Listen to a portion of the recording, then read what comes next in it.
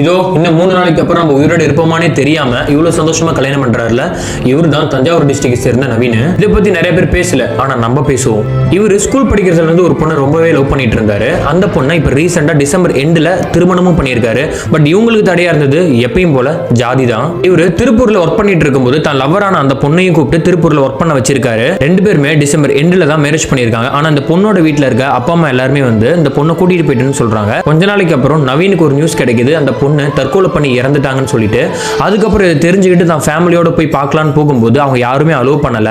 ஆனா இவர் கொடுக்குற புகார் என்னன்னா, எனக்கே தெரியாம அவங்கள கொன்னு எரிச்சிட்டேன்னு சொல்றாங்க. தூத்துக்குடி சம்பவத்துல நம்ம ஒண்ணு பார்த்திருப்போம். ஆக்சுவலா அதுல ஜாதி தடையாளினாலும் அந்த பையன் ஒரு ஏழன்றதுனாலே 2 பேருமே வெட்டி கொண்டிருப்பாங்க. ஒன்னே ஒண்ணு மட்டும் நல்லாவே புரியுது, 200 பெரியார் இல்ல 400 பெரியார் வந்தாலும் முடியாதுடா. எதுக்கு உங்களை திருத்துறதுக்கு. இதை பத்தி நீங்க என்ன நினைக்கிறீங்கன்றதை மறக்காம கீழே கமெண்ட் பண்ணுங்க. நீங்க நம்ம வீடியோ பாக்குறீங்க, ரொம்ப சந்தோஷம். ஆனா சப்ஸ்கிரைப் பண்ணிட்டு பாருங்க. இன்னும்